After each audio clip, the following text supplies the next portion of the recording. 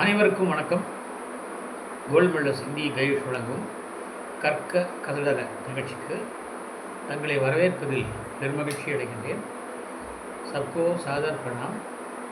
Gold medals India guide प्रस्तुति कर्क कसडर कार्यक्रम पर आप सबका हार्दिक स्वागत है. आप जो बराबर सहयोग दे रहे हैं उसके लिए हार्दिक धन्यवाद. தாங்கள் அடுத்து வரும் ஆதரவுக்கு மிக்க நன்றி. தொடர்ந்து ஆதரவளியுங்கள். நண்பர்களுக்கும் இதை ஷேர் செய்யுங்கள். சப்ஸ்கிரைப் செய்து கொள்ளுங்கள். இன்றைய தலைப்பு அதே தலைப்பு தான், அலங்கார். இந்த அலங்கார் என்ற தலைப்பிலே விரோதாபாஸ் अलंकार.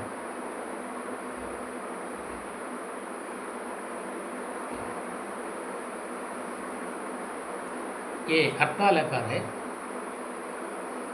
इसमें वास्तविक विरोध के होते हुए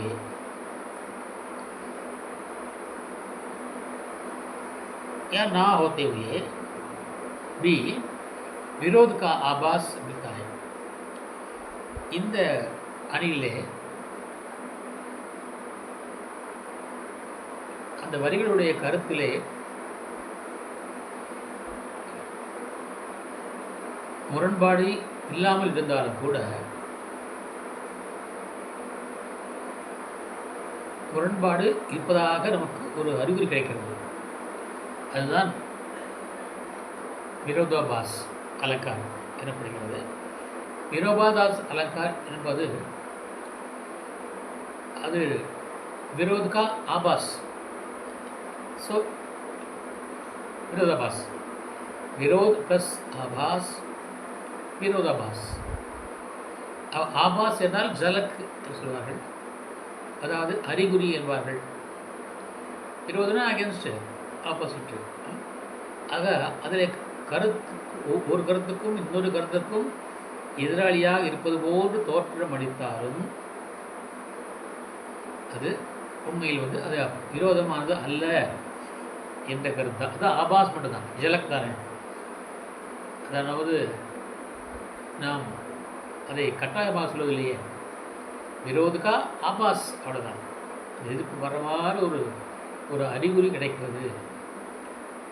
झलक मिलती है, विरोध की झलक मिलती है, विरोध का आभास मिलता है.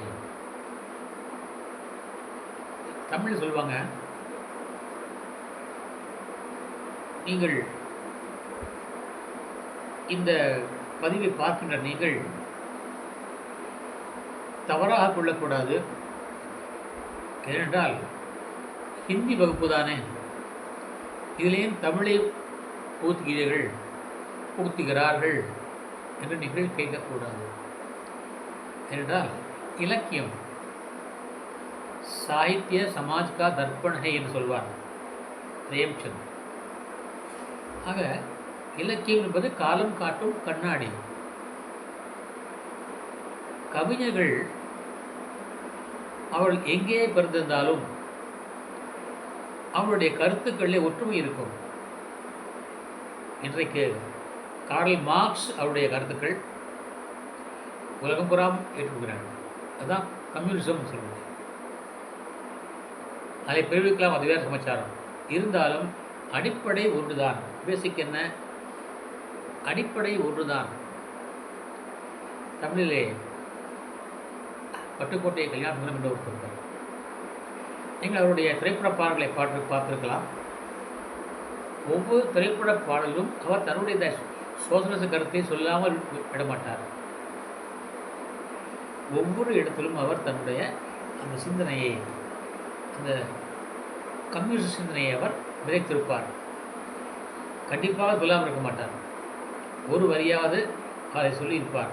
ஏனென்றால் கவிஞர்கள் காலத்துக்கு அப்பாற்பட்டவர்கள், காலத்துக்கு, நேரத்திற்கு, சமயத்துக்கு அப்பாற்பட்டவர்கள்.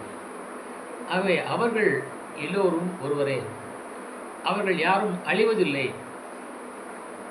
நான் நிரந்தரமானவன், அழிவதில்லை என்ற நிலையிலும் எனக்கு மரணமில்லை என்று பாட்டிருப்பார் கவியரசர். கவிஞர்கள் என்றைக்குமே இரவாதவர்கள். அவருடைய கருத்துக்கள் இந்த உலகம் உள்ள வரைக்கும் நிலைத்திருக்கும். இன்றைக்கு எங்கேயோ பிறந்த ரஷ்யாவில் தோன்றிய அந்த கார்ல் மார்க்ஸின் தத்துவங்கள் இன்றைக்கு உலகம் முழுவதும் ஏற்றுக்கொள்ளப்படவில்லையா? ஒரு நாடே எப்படி ஏற்றுக்கொள்கிறவா? சீனாவும் ரஷ்யாவும் இல்லையா? அதுபோல இலக்கியத்தை நாம் அது எந்த மொழியில் இருந்தாலும் நாம் அதை ஏற்றுக்கொள்ள வேண்டும், வரவேற்க வேண்டும். நான் ஏற்கனவே சொல்லியிருக்கின்றேன், ஒவ்வொரு வரிகளையும் நீங்கள் சுவைத்து சுவைத்து ரசித்து ரசித்து அதன் பின் நீங்கள் நடத்த வேண்டும். ஆச்சாரர்களே, நீங்கள் சுவைத்து ரசித்து நடத்தினால் அது குழந்தைகளுக்கு தெளிவாக எளிமையாக புரியும். அதற்காக நான் தமிழை இங்கே கொண்டிருக்கிறேன். சில பேர் எனக்கு தொலைபேசியிலே கூறினார்கள், சார் ஏன் நீங்கள் தமிழை எடுக்கிறீர்கள் என்கிறார்கள். ஏனென்றால் அது நம் தாய்மொழி. இலக்கியம் மொழிக்கு அப்பாற்பட்டது, மொழிகளுக்கு அப்பாற்பட்டது. இன்றைக்கு எந்த மொழியிலே, எந்த இலக்கியத்திலே, எந்த பாடலிலே பிற மொழி வார்த்தைகள் கலக்காத வார்த்தை என்று சொல்லி பார்க்கலாம்? சொல்லவே முடியாது. ஏனென்றால் கவிஞர்கள் காலத்துக்கு அப்பாற்பட்டவர்கள். அவருடைய ஒரே எய்ம் என்னவென்றால், கருத்து மத்தலப் என்னவென்றால், நாம் சொல்ல வந்ததை மக்களுக்கு எளிமையாக புரிய வைக்க வேண்டும். நான் சொல்ல வந்தது மக்களுக்கு எளிமையாக புரிந்துவிட்டால் நாம் சொல்ல வந்த கருத்து அவருடைய மனதிலே பதிந்து விடும். இதுதான் தவிர அதற்கு ஒரு உரை தேட வேண்டாம். என்னுடைய இந்த வீடியோவுக்கு இன்னொரு உரை நீங்கள் தேட வேண்டியதில்லை. ஏனென்றால் எளிமையாக உங்களுக்கெல்லாம் எளிமையாக புரிகின்ற அளவில் தான் நான் தங்களுக்கு சொல்கின்றேன். அதற்காகத்தான் பிறமொழி வார்த்தைகளையும் பிறமொழி இலக்கியங்களையும் நான் தங்களுக்கு உணர்த்துகிறேன், எடுத்துரைக்கிறேன். அதை நீங்கள் சுமையாக நீங்கள் கருத வேண்டாம். இதிலே நாயகனோ அல்லது நாயகியோ பாடுகிறாளாமா? நாயகி பாடுகிறார், தோழியை பார்த்து பாடுகிறார். இந்த பாடல் அமைந்திருக்கிறது. பாலும் கசந்ததடி, பஞ்சனையும் நொந்தடி. பஞ்சனை எங்காவது நோகுமா? கட்டாயத்தில் படுத்தாமன்னா அது அதாவது கல்கில் தான் முழுக்க குத்தும், அது நோகும். சரி, பால் கசக்கும் எங்கேயாவது? அட்டாலும் பால் சுவையை குன்றாது அளவலாய், நட்டாலும் நண்பல்லார் நண்பல்லர், கெட்டாலும் மேன்மக்கள் மேன்மக்களே, சங்கு சுட்டாலும் பிரம்மி திரும்பிங்கிறார் அவையார். அட்டாலும் பால் சுவையில் குன்றாது. எத்தனை முறை காய்ச்சினாலும் பாலினுடைய சுவை குன்றாது, குறையாது. ஆனால் இங்கே என்ன சொல்கிறார் அவர்? பாலும் கசந்தடி. அது எப்படின்னா பால் கசக்கும்? அதை பார்ப்பதற்கு அது என்னமா தோன்றுகிறது? அகிம்சா விரோதாபாஸ் தோன்றுகிறது. ஆனால் உண்மையிலே அது அவருக்கு இனிப்பு தான். சொல்லுகின்ற வார்த்தைகளே கசப்பு இருக்கலாம், ஆனால் அதை அந்த நாயகி தலைவி விரும்பித்தான் அதை பாடுகிறாள், விரும்பாமல் பாடவில்லை. அதுபோல் பஞ்சனையும் நொந்துதடி. அதோடு பஞ்சனை நொந்து போகும் என்றால் அதுவும் அப்படித்தான். நொந்து போய் இருந்தாலும் கூட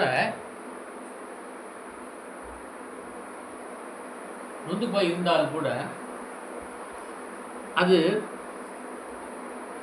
அவருக்கு தவறாக புரியவில்லை. நொந்து போய் இருந்தாலும் கூட அது தவறாகப்படவில்லை என்றால் அது அதற்கு பிடிக்கிறது. இன்னும் நான் அழுத்தமாக சொல்கின்றேன். கவியரசர் பாடியிருப்பார், பால் இருக்கும், பழம் இருக்கும், பசி இருக்காது, பஞ்சனையில் காற்று வரும், தூக்கம் வராது. இந்த வரிகளை பாருங்கள். இதே வரிகள் தான், இலக்கிய வரிகள் தான். இதிலே இதே வரிகளை நம்முடைய உலக பொதுமறையாகும் வள்ளுவர் சொல்லியிருக்கிறார். பால் இருக்குமாமா, சரி பழம் இருக்குமாமா, ஆனால் பசி இருக்காது, பிடிக்காது. அது பஞ்சனையில் காற்று வரும், தூக்கம் வராது. பஞ்சனை என்றால் சாதாரணமாக படுத்தால் தூக்கம் வந்துடும் இல்லையா? ஆனால் பஞ்சனை இருக்காது, காற்றும் இருக்குது, ஆனால் தூக்கம் வரல. காரணம் அவருடைய மனோநிலை எப்படி இல்லை. இங்கே இந்தியிலே ஒரு உதாரணம் சொல்கின்றேன். மீட்டி லாகை ஆங்கியன் லுனை. மீட்டி லாகை ஆங்கியன் லுனை. தலைவனை பிரிந்த ஒரு தலைவி பாடுவதாக இந்த வரிகள் வருகின்றன. மீட்டி லாகை ஆங்கை துணை. நீங்கள் கேள்விப்பட்டிருப்பீர்கள், நான் அடிக்கடி சொல்லுவேன் வகுப்பில், கண்ணீர் இருக்கிறது இல்லையா, கண்ணீர் ஆசு என்று சொல்வார்கள், ஆசு என்பார்கள். அந்த கண்ணீருக்கு இருவகை உண்டு. அதன் இருவகை, ஒன்று ஆனந்த கண்ணீர், மற்றொன்று அழுகை கண்ணீர். அழுகை கண்ணீரானது நான் அடிக்கடி வகுப்பில் சொல்வேன், இந்த வழியாக வரும். அதாவது மூக்கு இருக்கலவா, அந்த மூக்கின் வழியாகத்தான் அழுகை கண்ணீர் வரும். ஆனந்த கண்ணீரானது பெண்களுடைய பின்பக்கமாக வரும். அதாவது நம்முடைய காது மடல் இருக்கல்லவா, அந்த வழியாக வரும். நீங்கள் சிரித்து பாருங்கள், அழுது பாருங்கள், அந்த டிஃபரன்ஸ் வித்தியாசம் புரியும். ஆக கண்ணீருக்கும் இடம் இருக்கிறது. ஆனந்த கண்ணீரானது கண்ணுடைய கடைக்கோளிலிருந்து வரும். சோக கண்ணீர், அழுகை கண்ணீரானது கண்கள் புருவத்தினுடைய ஓரத்திலிருந்து வரும். சரி, அந்த அழுகை கண்ணீர் உப்பாக இருக்கும், கரிப்பாக இருக்கும்.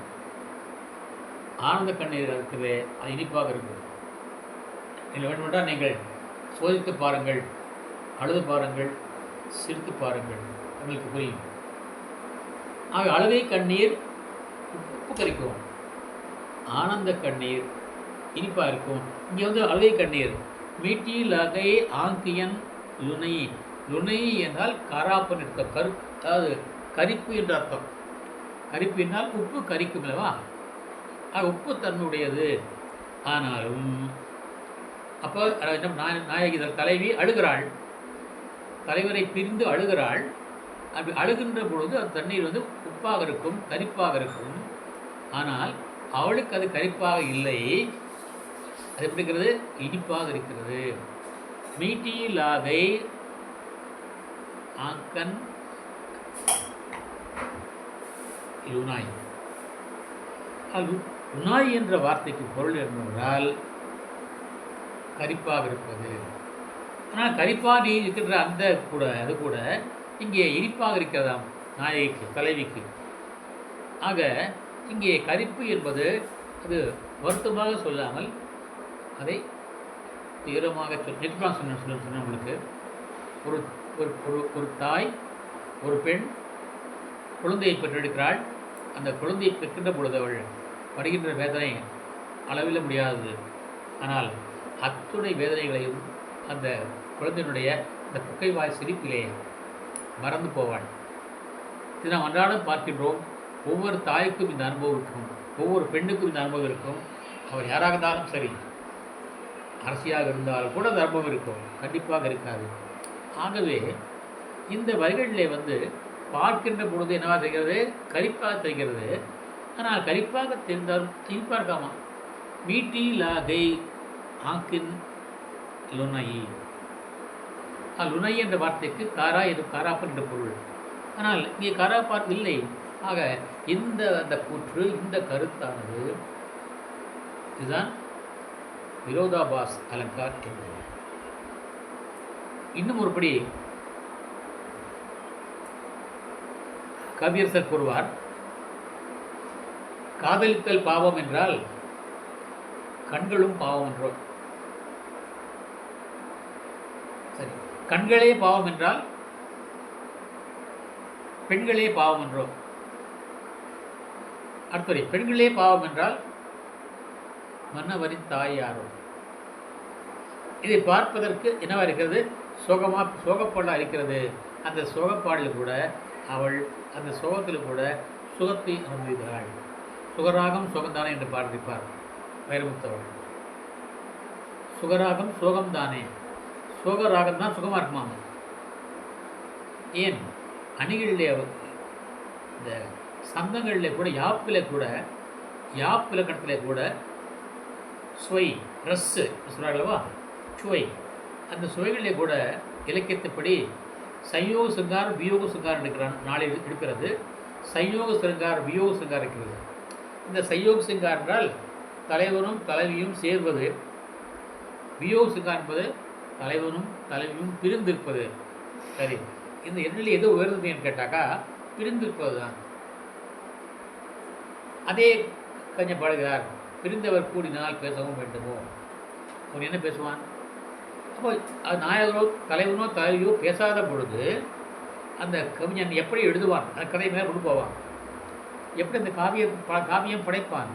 மௌனத்தில் இங்கே இருக்கிறது. ஆகையால் தான் இந்த வியோக சங்காரை உயர்த்தி காட்டுகிறார்கள். இங்கே விரோதாபாஸ் அலங்கார் இங்கே பார்ப்பதற்கு அது சோகத்தை போல் தோன்றாலும் கூட அதிலே சோகம் இல்லை, அதிலே சுகம் இருக்கிறது என்கிறார் கவிஞர்கள். இங்கே நான் மீண்டும் நம்முடைய வள்ளுவர் அழைக்கிறேன். வள்ளுவர் கூறுகிறார், அதாவது மூன்றாவது இல்லை, அறம் பொருள் இன்பம், இந்த 3 பொருளை பற்றி அவர் பாடுகிறார். அதிலே இன்பம் என்ற தலைப்பிலே அவர் பாடுகிறார், ஒரு இனிதே எமக்கு இந்நோய் செய்து தனம் இதன்பட்டது குரல்.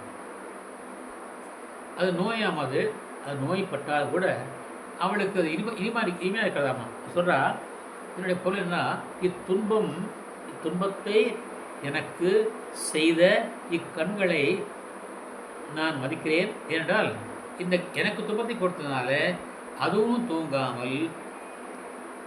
தூங்காமல் துன்புகின்றன. இது மிகவும் நல்லதான் என்கிறார். எனக்கு இந்த தூங்காத துன்பத்தை, தூங்காத கண்ணென்று ஒன்று இருப்பார், கவிவச பாடிருப்பார். துடிக்கின்ற சுகம் என்று ஒன்று இருப்பார். துடிப்பது சுகமாமா. அது எப்படி? அதுதான் இலக்கியம். இலக்கியத்திலே அதான் விரோதாபாஸ் அலங்கார். தூங்காத கண்ணென்று ஒன்று என்று பாடுகிறார். இதே தான் இதை அப்படியே இங்கே எடுத்திருக்கிறார். கவியரசர் நிறைய இலக்கியங்களை படித்து அதனுடைய சுவையை அனைவருக்கும் புரியும்படி சொல்லியிருக்கார். இங்கே வள்ளுவருடைய இந்த குரல் எளிமையாக இல்லை சற்று கடுமையாக இருக்கிறது. அதை மிக எளிமையாக்கி இருக்கிறார் கவியரசர். தூங்காத கண்ணென்று ஒன்று, துடிக்கின்ற சுகமென்று ஒன்று, தாங்காத மனமென்று ஒன்று, தந்தாயை நீ என்னை கண்டிருக்கிறார். ஆக இந்த துடிப்பதை எவ்வளோ சுகம் என்ற கருத்து சொல்வது அதுதான் விரோதாபாஸ் அலங்கார்.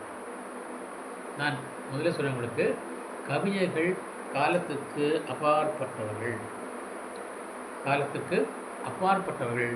அவர்களுடைய கருத்துக்கள் என்றைக்கும் நிலையாக இருக்கும். அவள் எங்கே பிறந்தாலும் பரவாயில்லை. The poet is born, not made என்பார் வில்லியம் ஷேக்ஸ்பியர். கவிஞன் பிறக்கிறான், அவன் உருவாக்கப்படுவது என்பார். அதுபோல கவிஞர்களுடைய கருத்துக்கள் அந்த இலக்கிய நயத்தோடு நாம் பார்த்தோமானால் அதிலே அந்த சுவையை நாம் அனுபவிக்கலாம். மேலும் வாரியாக பார்த்தால் நாம் அந்த சுவையை அனுபவிக்க முடியாது. ஆகவே இந்த விரோதாபாஸ் அலங்கார் ஆக்கன் மீட்டி லாகை ஆக்கன் லுனாயி, கண்களிலே கரிப்பான நீர் வந்தாலும் கூட அது எனக்கு இனிப்பாக இருக்கின்ற பாடலாமா நாயகி தலைவி. ஆக இது பார்ப்பதற்கு நம் அகென்ஸ்டாக தோன்றாலும் கூட அது அகென்ஸ்டு கிடையாது என்ற கருத்து தான் இங்கே சொல்லியிருக்கிறார். ஆகவே இது விரோதாபாஸ். இந்த அளவுக்கு இன்றைக்கு இந்த விரோதாபாஸ் அலங்காரம் பற்றி நிறைய சொல்லிவிட்டேன். நிறைய தமிழ் கவிதைகளை பற்றி சொல்லியிருக்கிறேன். குரலையும் எடுத்துக்காட்டாக கொடுத்திருக்கிறேன். இந்தி பாடலையும் கொடுத்திருக்கிறேன். ஆக நீங்கள் கருத்தில் மனதில் வைத்துக்கொண்டு நன்றாக படியுங்கள். சுவைத்து படியுங்கள். சுவைத்து படித்து அதன் பிறகு நீங்கள் மனப்பாடம் செய்யுங்கள் தேர்வுக்காக. ஏ காமே ஏ கிசான், ஏ காமே ஏ கிசான், ஏ காமே ஏ கிசான் என்று நீங்கள் உருப்பட வேண்டாம். முதலில் அதை படித்து உள்ளூர படித்து அதை உள்வாங்கிக் கொள்ளுங்கள். உள்வாங்கிக் கொண்ட பிறகு நீங்கள் படிக்க ஆரம்பித்தால் உங்களுக்கு ஆட்டோமேட்டிக்காக நம்மை அறியாமலேயே நமக்கு அடுத்தபடியாக இன்றைய சிந்தனையோடு நிறைவு செய்கின்றேன். இன்றைய சிந்தனை உதவிகளுக்கான இன்னொரு பெயர். உதவிகளுக்கான இன்னொரு பெயர் இது. நாம் செய்த புண்ணியம்தான். அதுதான் கருத்து. நாம் செய்த புண்ணியம்தான். திணை துணை நன்றி செய்யணும், பனை துணையாக கொள்வர் பயன் சொல்லார் என்கிறார் குறள். ஒரு திணையளவுக்கு நாம் நன்றி செய்தாலும் கூட அதை பனையளவுக்கு பெரிதாக கொள்வார்கள். அதனுடைய பலனை தெரிந்தவர்கள், அனுபவித்தவர்கள். நாம் ஒருக்கு சிறிய உதவி செய்தால் கூட அதை பெரிதாக கொள்வார்கள் என்றால் அந்த நன்மையினுடைய பயனை அறிந்தவர்கள். ஏனால் அவனுக்கு மட்டும்தான் அறியாக தெரியும். என்ன ஒரு 10 ரூபா கொடுத்துட்டான், 1000 ரூபா கொடுத்துட்டான், பெருசாக செஞ்சுக்கிறான் என்பார்கள். ஆனால் அவருக்கு அந்த 1000 ரூபாய் அன்றைக்கு மிகப்பெரிய கோடி ரூபாய் தோன்றியிருக்கும். அதை அவர் செய்தார் என்று இவன் அதை பெரிதாக கொள்வார். அப்படியாக இவைதான் நாம் செய்த புண்ணியங்கள். நாம் செய்த புண்ணியங்கள் தான் நமக்கு வேறு வழியிலே உதவியாக வருகின்றன. அதை நாம் போட்டுக்கொள்ள வேண்டும். முடிந்த அளவுக்கு பிறனுக்கு உதவி செய்ய வேண்டும், உதவ வேண்டும். நான் அடிக்கடி சொல்வேன், தேனே மே ஜோ சுக்க ஹே லேனே மே நெய் ஹே தேவி. கொடுப்பதில் உள்ள சுகமானது வாங்குவதிலே கிடையாது. சில பேர் நினைப்பார், அது எப்படியா கொடுத்தாட்டு போயிடுமே, நமக்கு வாங்கினா வரவுதானே, எனக்கு வரவ கிடையாது. கொடுப்பதில் உள்ள சுகமானது வாங்குவதிலே கிடையாது. கண்ணனை பற்றி பாடல் சொல்வார்கள், வலது கை கொடுப்பதை இடது கை அறியாமல் வைத்தவன் கர்ண வீரன், வறுமைக்கு வறுமையை வைத்ததோர் மாமன்னன், வாழ்கவே வாழ்க வாழ்கவே என்று பாடலாம் கவியாசன். கொடுப்பவர் கை உயர்ந்திருக்கும், வாங்குபவர் கை தாழ்ந்திருக்கும். ஆனால் மன்னவர் பொருட்களை கைகொண்டு நீட்டுவார், மற்றவர் எடுத்து கொள்வார். மாமன்னன் கதனோ தன்கரம் நீட்டுவார், மற்றவர் எடுத்து கொள்வார் என்று பாட்டிருப்பார் கவியரசர். கருணை பொறுத்த வரைக்கும் அவருடைய கை தாழ்ந்திருக்கும், வாங்குபவர் கை உயர்ந்திருக்கும். ஆனால் சாதாரணமாக கொடுப்பவர் கை தான் உயர்ந்திருக்கும், வாங்குபவர் கை தாழ்ந்தான் இருக்கும். தாழ்ந்தான் பெற்றுக்கொள்வார்கள். ஆனால் இங்கே கருணை பொறுத்த வரைக்கும் அவனுடைய கை தாழ்ந்திருக்கும், பெறுபவர் கை உயர்ந்திருக்கும். ஆக இந்த இலக்கிய நயங்களை நீங்கள் நன்கு அறிந்து கொள்ள வேண்டும் என்று சொல்லி, வருகின்ற புத்தாண்டு தங்களுக்கு எல்லா விதத்திலும் சிறந்ததாக வளமும் நலமும் மிக்க நாடாக மிக்க ஆண்டாக அமைய, என் நாடும் கூட வளமும் நலம் மிக்க நாடாக அமைய வேண்டும் என்று விரும்பி வாழ்த்தி நிறைவு செய்கின்றேன். आगामी जो नया साल है मुबारक हो। ये नया साल आप सब के लिए, सारे विश्व के लोगों के लिए सुखदायक और लाभदायक और तंदुरुस्त रहे, समृद्ध हो, सारा देश समृद्ध हो, सारे राष्ट्र समृद्ध हो, सारी प्रजा समृद्ध हो। इसी कामना के साथ मैं आज का भाषण समाप्त करना चाहता हूँ। कल आपके लिए नया साल के नववर्ष के अंतर्गत कल से आपको नया स्तंभ शुरू होगा। वो स्तंभ होगा छंद शास्त्र। इस छंद शास्त्र के बारे में ये थोड़ा लंबा है, आपके लिए थोड़ा करके, जैसे कोई गटर है तो भारी गटर है तो उसको तोड़ना मुश्किल है, उस लकड़ी को उतार दें तो छोटी छोटी लकड़ी हो जाए तो उसको तोड़ना आसान है। इस प्रकार ये छंद शास्त्र जो है आपको धीरे धीरे मैं सिखाऊंगा। आप धीरे धीरे सुनिए और अपने मन में रख लीजिए। இந்த யாப்பிலக்கணம் என்பது கொஞ்சம் உங்களுக்கு கடினமாக தோன்றும், ஆனால் கடினத்தை அடைவதுதான் நம்முடைய லட்சியம் என்ற கருத்தோடு அதை நான் கொஞ்சம் கொஞ்சமாக தங்களுக்கு தரவிருக்கிறேன். ஆகவே நீங்கள் கவனமாக கேட்டு படித்து தெளிந்து தெரிந்து பயன்பெற விளைகின்றேன். இத்துடன் இன்றைய பதிவை நிறைவு செய்கின்றேன். நாளை சந்து சாஸ்திர என்னும் தலைப்போடு தங்களை சந்திக்கின்றேன். அதுவரைக்கும் விடைபெறுவது தங்களின் அன்பன் ஆர் சுந்தரராஜன். நாளைய உலகம் நமதே. நாளைய பொழுது நல்ல பொழுதாக இருக்கட்டும்.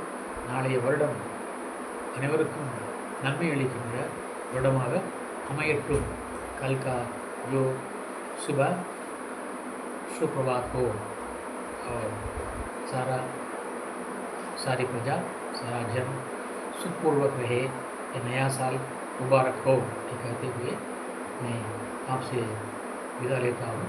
आपका सेवक आर सुंदरराजन।